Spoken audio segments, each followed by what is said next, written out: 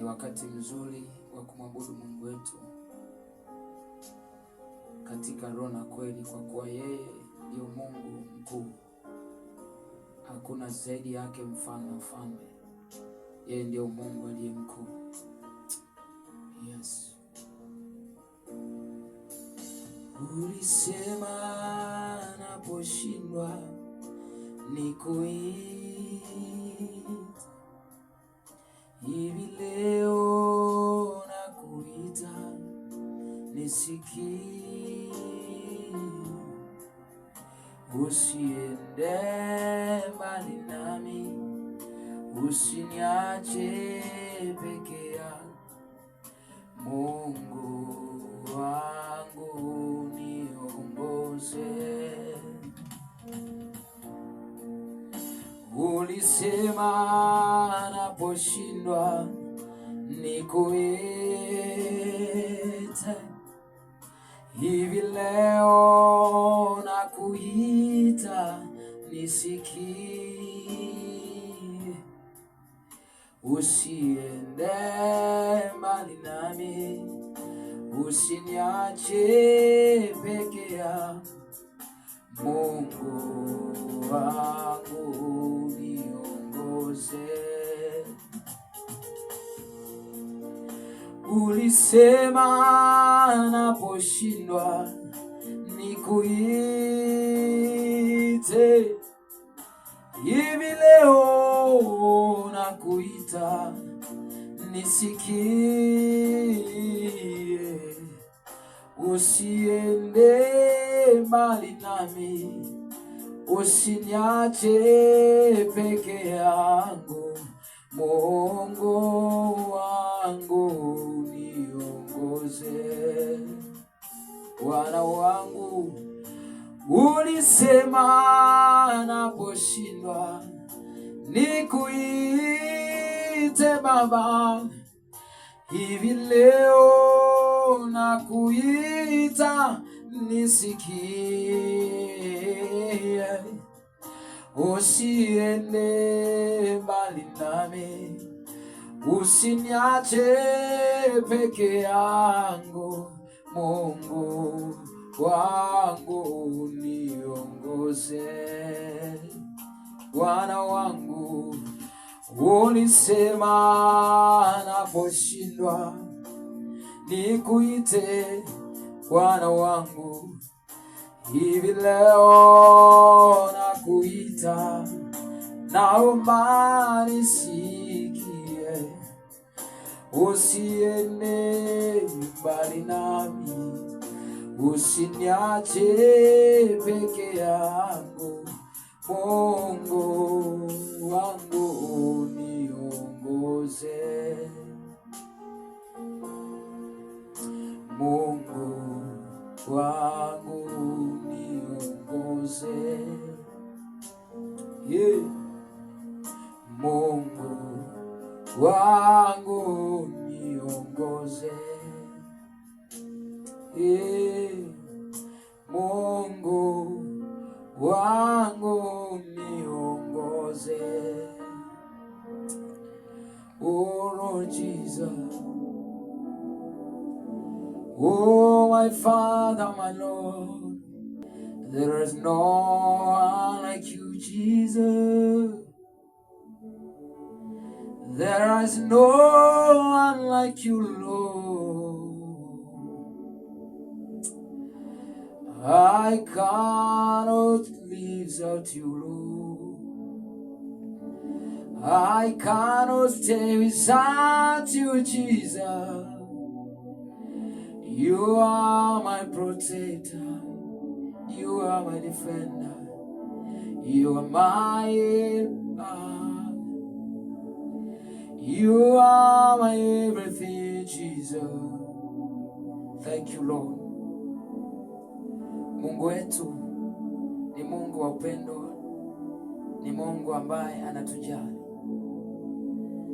Hajawahi linganishwa na yeyote wala kufananishwa na yeyote. Huyu Jehova, jina lake ni jina kuu, jina lipitalo majina yote. Jina lake ni jina lenye uweza na nguvu, halilinganishwi na chochote kile.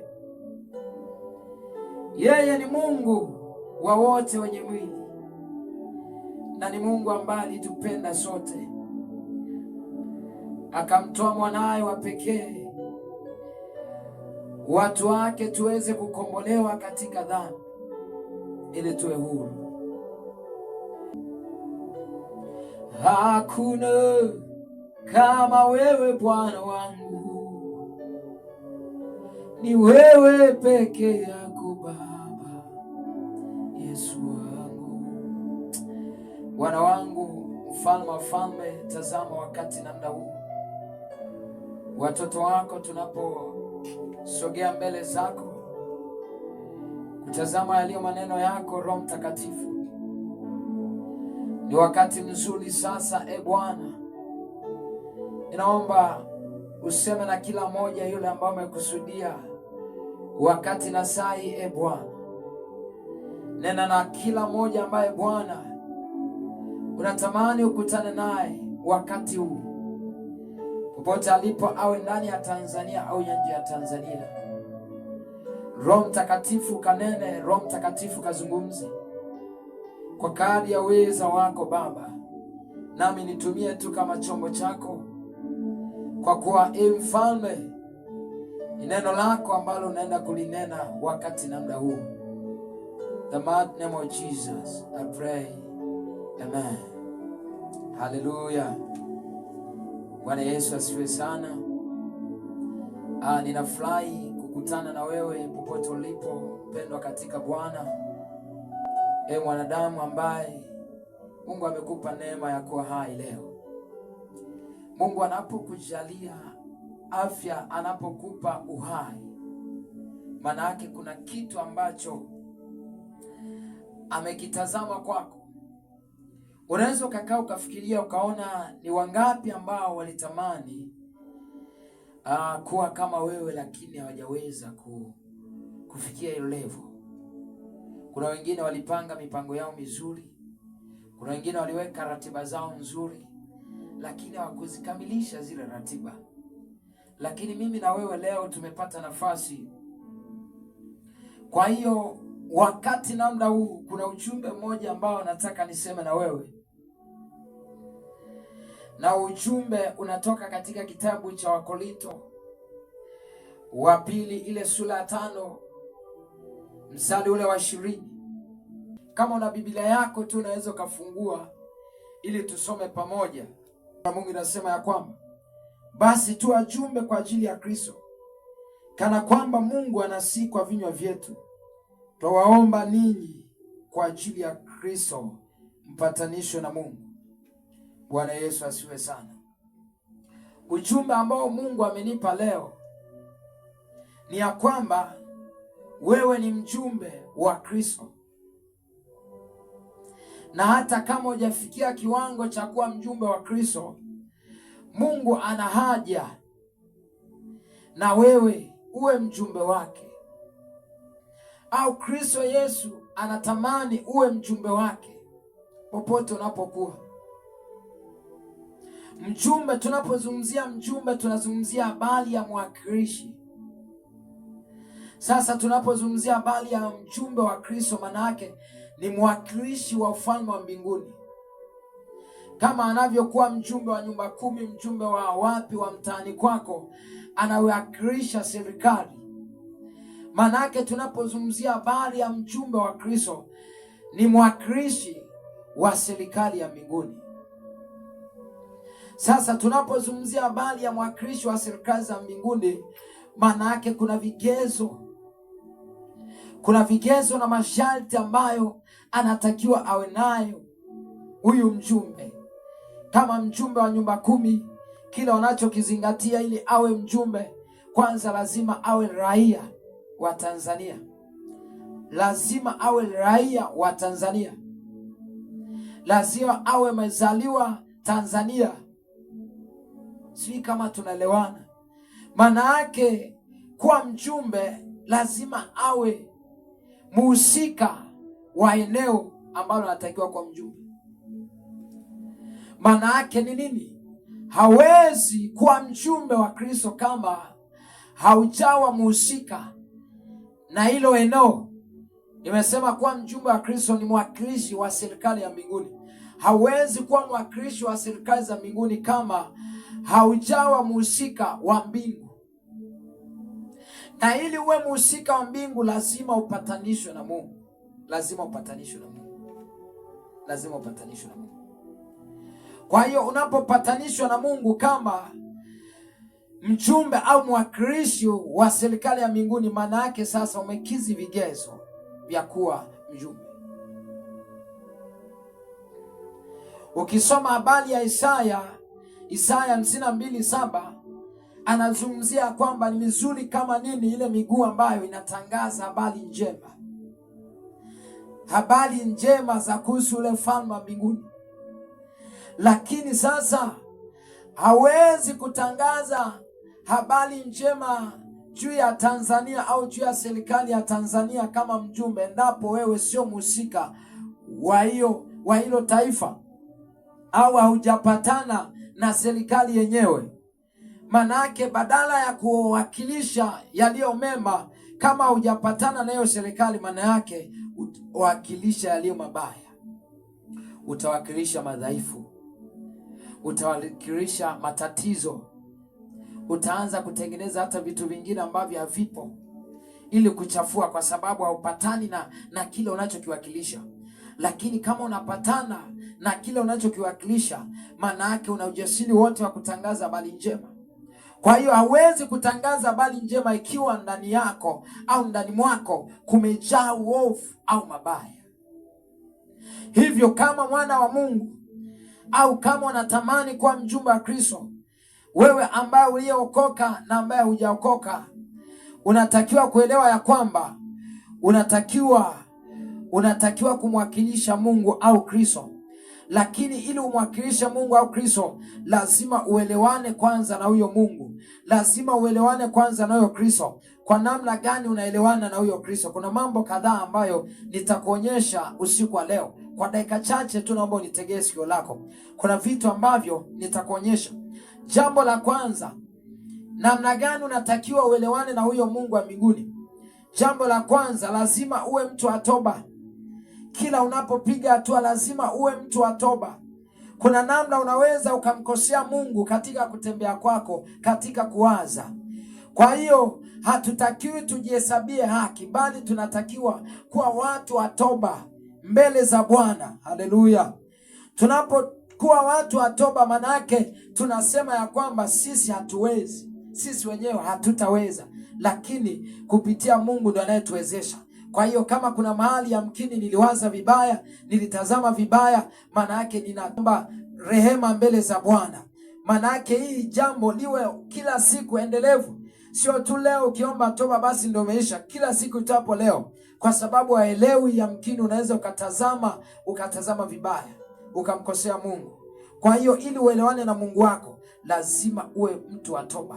Na mtu wa toba ni mtu ambaye ni mnyenyekevu, ni mtu ambaye hajihesabii haki, ni mtu ambaye anaruhusu kutengenezwa moyo wake na Roho Mtakatifu. Maana yake ruhusu moyo wako umlingane Mungu bila kikwazo chochote au kila wakati. Ruhusu moyo wako umlingane Mungu kila wakati. Yani uwe na mtu wa toba, uwe mtumishi wa toba kila mara. Hilo ni jambo la kwanza ambalo unatakiwa ulizingatie ili uelewane na Mungu wako. Lakini jambo la pili, lazima utende mema. Lazima utende mema. Lazima uwe mtu wa kutenda mema. Mungu wetu anapendezwa na yaliyo mema. Kwa hiyo kama anapendezwa na yaliyo mema, uwe na uhakika ya kwamba anataka utende yaliyo mema. Bwana Yesu asiwe sana. Tenda mema kwa kadri uwezavyo, kwa ajili ya utukufu wa Mungu. Mema siku zote yanaleta heshima. Mema siku zote yanaruhusu hata utukufu wa Mungu uwe sehemu ya maisha yako. Haleluya. Kwa sababu utukufu wa Mungu unakaa kwenye mema. Utukufu wa Mungu haukai kwenye maovu au kwenye mabaya. Kwa hiyo tafuta kutenda mema kwa namna yoyote ile.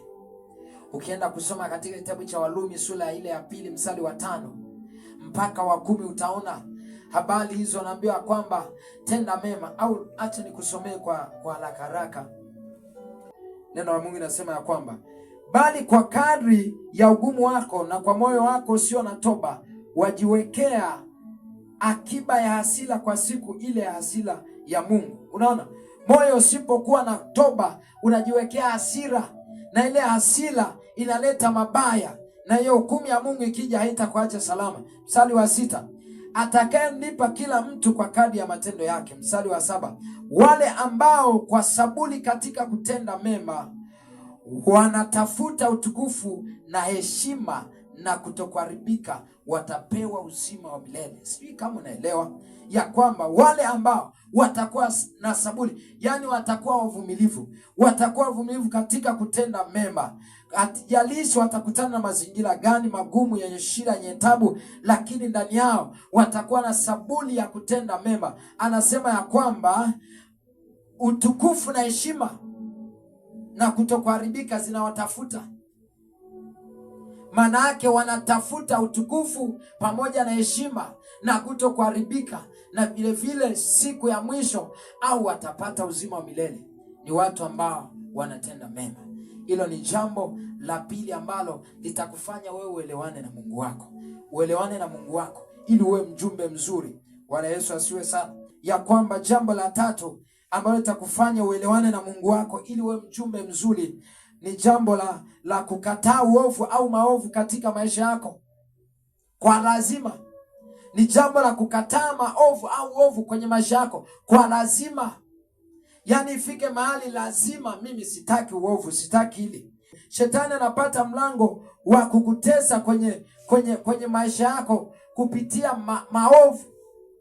Unapotenda maovu, shetani anapata mlango wa kukutesa. Anapata mlango wa kutesa.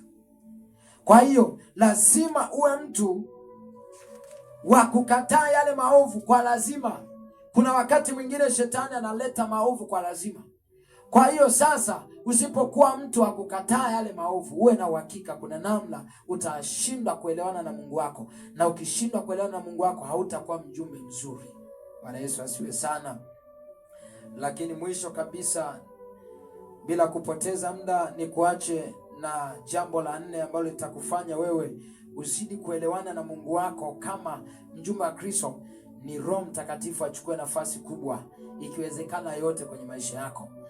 Roho Mtakatifu achukue nafasi kubwa, ikiwezekana nafasi yote kwenye maisha yako. Kwa nini Roho Mtakatifu? Roho Mtakatifu ndiye anayeweza kuzungumza, ndio anaweza kunena, ndio anaweza kuomba badala yako kwa njia inayotakiwa, au katika hatua ambayo ni nzuri, au kwa namna inavyotakiwa. Bwana Yesu asiwe sana. Tusome kitabu cha Wakorintho wa kwanza sura ya 14 na 15. Itasoma kama ilivyoandikwa, inasema hivi. Wakorintho wa kwanza 14 na 15. Maana nikiomba kwa lugha, roho yangu huomba, lakini akili zangu hazina matunda. Imekuwaje basi? Nitaomba kwa roho, tena nitaomba kwa akili pia. Nitaimba kwa roho, tena nitaimba kwa akili pia. Bwana Yesu asiwe sana. Akili zetu hazina matunda, lakini tunapokuwa rohoni na tunamruhusu Roho Mtakatifu anatuongoza, maana yake ni nini? Kile ambacho tunakifanya kitakuwa na matunda. Bwana Yesu asiwe sana. Akili yangu peke yangu bila Roho Mtakatifu, pasipokuwa rohoni na bila kumruhusu Roho Mtakatifu achukue nafasi kwenye maisha yangu, akili yangu haiwezi kuwa na matunda. Lakini akili yangu itakuwa na matunda pale ambapo nitaruhusu pia Roho Mtakatifu afanye kazi. Kuna namna hatutaweza kupatana na Mungu endapo hatutaweza kumruhusu Roho Mtakatifu achukue nafasi kubwa katika maisha yetu. Roho Mtakatifu tukimruhusu anachukua nafasi kubwa, na yeye ndo anatufundisha na kutuelekeza yale ambayo anayapenda Mungu wetu. Na kuna mengine hatuwezi kuyafanya yale ambayo Mungu anayapenda, lakini Roho Mtakatifu akichukua nafasi anatuwezesha kuyatenda hayo ambayo Mungu anayapenda. Haleluya, haleluya. Tamani leo uwe mjumbe wa Kristo. Ndio ujumbe ambao Roho Mtakatifu amenipa leo kwako, usikie kama ulivyo. Bwana Yesu asiwe sana. Kwa hiyo Ni kuombe mwana wa Mungu, zingatia haya machache ambayo tumeyazungumza. Utashangaa namna ambavyo Bwana atakusamini, Mungu atakusamini na atakufanya kuwa mjumbe. Maana yake kuna vitu vingine atakutumia kuvikamilisha, kuvifanya hapa duniani, ambavyo vitakupa faida, vitakupa heshima, pamoja na utukufu wa Mungu utakuwa sehemu yako. Jiulize tu hao wajumbe namna wanavyoheshimika, wajumbe wa nyumba 10, wajumbe wanaokuzunguka namna wanavyoheshimika. Ni kwa sababu gani? Wameaminiwa, wanawakilisha serikali ya Tanzania, wanaiwakilisha. Maana yake wana heshima kubwa, na ndivyo hata wewe utapata heshima kubwa. Kwa hiyo acha nimshukuru Mungu, na vile vile mwambie Mungu, ninatamani kuwa mjumbe wako.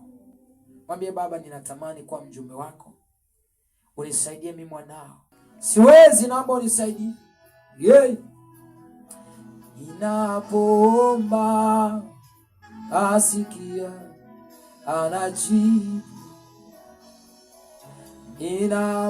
Ninapoomba asikia maombi yangu. Yupo Jehova ile ambaye anasikia maombi yetu. Yesu. Yupo Mungu mbinguni ayajibuye maombi yetu. Yupo Mungu mbinguni asikiaye maombi yetu. Tunapoomba asikia, anajibu. Tunapoomba asikia maombi yetu. Asikiaye maombi, ajibuye kwa moto. Baba mwaminifu, asikiaye maombi, ajibuye kwa moto. Baba mwaminifu, yupo Mungu mbinguni asikiaye maombi yetu. Yupo Mungu mbinguni ayajibuye maombi yetu. Tunapoomba asikia, anajibu. Baba, tunapoomba asikia maombi yetu. Tunapoomba asikia, anajibu. Baba, tunapoomba asikia maombi yetu. Asikiaye maombi, ajibuye kwa moto. Baba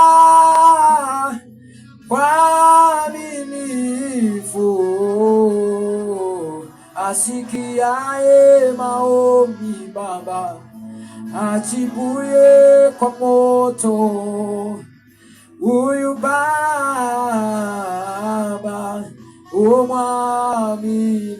mwaminifu. Baba, wewe unasikia maombi yetu, Mfalme. Bwana, ninakusihi tufanye kama wajumbe wako, Mungu le hai. Tunatamani tupatanishwe na wewe, Mfalme wa falme, kama neno lako ambalo limesema basi tu wajumbe wa Kristo, kana kwamba Mungu anatusihi kwa vinywa vyetu tuweze kupatanishwa na Mungu kwa ajili ya Kristo. Baba, tunaomba kupatana na wewe mahali ambapo Bwana tulitumia akili zetu, tusamehe. Bali Bwana, tunakusihi wewe Mfalme, ukatusaidie Baba kupatana na wewe. Tujalie moyo wa unyenyekevu wa toba mbele zako. tusijihesabie haki Bwana, bali Mungu tusaidie kuwa wanyenyekevu. Baba, tusaidie pia hata kutenda aliyo mema kwa ajili ya utukufu wako Mungu le hai. Na tupe nguvu ya kukataa yaliyo maovu. Tupe nguvu ya kukataa yaliyo machafu kwa ajili ya heshima ya jina lako Baba. Mfalme wa falme na Roho Mtakatifu, tunamwomba akachukue nafasi katika maisha yetu. Achukue nafasi, yeye ndiye awezaye kutuombea kwa kuugua tena kusikoweza kutamkika. Tena anaweza kutuombea kwa Baba, na anaweza kuomba sawa sawa na jinsi inavyotakiwa. Roho Mtakatifu, sasa chukua nafasi katika maisha yetu. Chukua nafasi katika kila eneo, katika jina la Yesu Kristo anatele hai, nikiamini wewe Bwana umetenda. In the name of Jesus. Amen. Hallelujah. Mungu akubariki sana. Asante kwa kunisikiliza. Mungu akitupa neema tena tutakutana. Majina yangu ni Cosmas Paulo Sambai. Watu wote mnakaribishwa sana kutoka kila mahali kufuatilia kupitia chaneli ya YouTube Cosmas Paulo Sambai au Cosmas Sambai. Facebook ukisearch Cosmas Sambai utapata. Instagram Cosmas Sambai, pamoja na TikTok Cosmas Sambai. Utaweza kunipata vizuri, tuweze kujifunza, tuweze kumwabudu Bwana, tuweze kumsifu Mungu kwa namna ambavyo yeye anatujalia. Barikiwe sana, uwe wakati mwema na siku njema. Amen.